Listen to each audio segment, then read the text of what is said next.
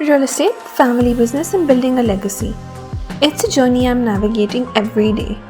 Both as a managing director and as a father. From making big decisions to adapting to Gen Z, industry trends, and smart investments, it's all about growth, ethics, and evolving together. Of course, there's a little fun along the way with my daughter as well.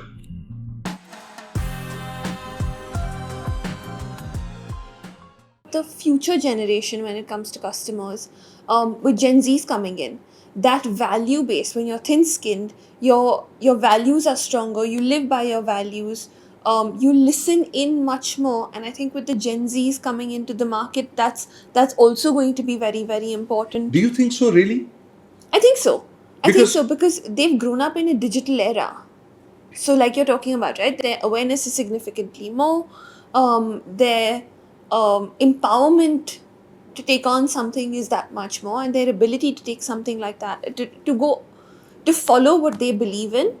Okay. You see it, and you see it with them today. They're probably in their 20s, early 20s, right? Teens, early 20s, and you see that. You see how they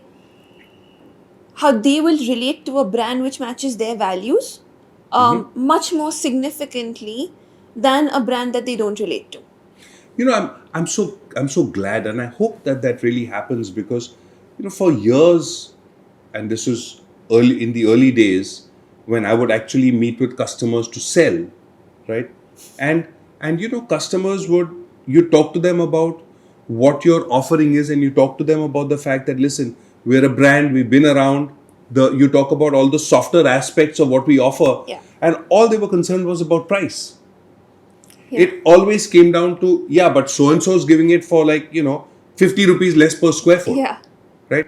No, 50 rupees less was, On a cumulative is in percentage terms, it wasn't that much. Yeah. But still, people weren't willing to pay 2 and 3 and 4% more for somebody who said, listen, we've been around this long. But talking about the next generation, right? And in the workplace especially,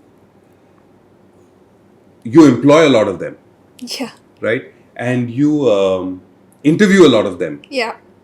And I get to read about this, about how people are saying we don't want to hire Gen Z. They feel they're too entitled, and they're too soft, and they're not willing to work hard. What's your experience? It's actually been a little bit mixed. I think there are pockets where they're extremely driven. Whatever Okay. said and done, I think they're extremely, extremely driven. But they're driven in a fixed window. For them, the whole phrase work-life balance, which is used quite loosely today, but the phrase work-life balance is actually very important to them.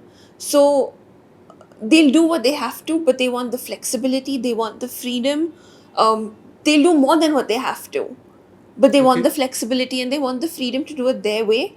They figured out their own ways, and today I've seen them will not do anything that requires hours of painful, tedious work, which I think is very different to probably your generation. I think my generation somewhere in the middle. ChatGPT solves every problem for them.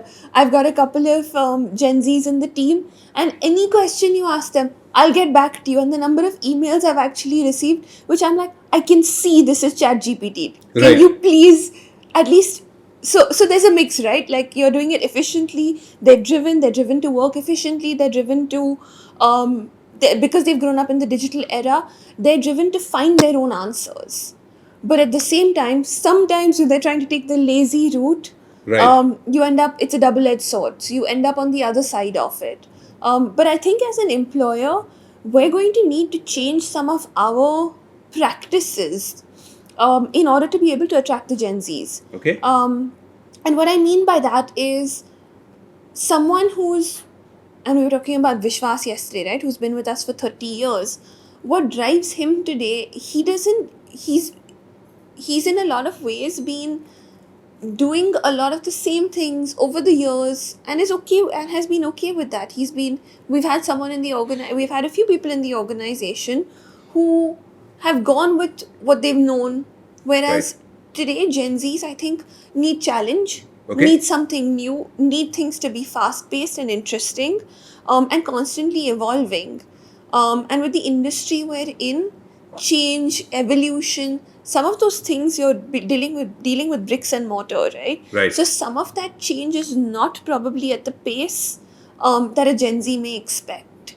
And that's something we're going to have to navigate either through things that we do culturally, either through things that we do to give them other growth opportunities other Interesting. than the day-to-day core role that they will have.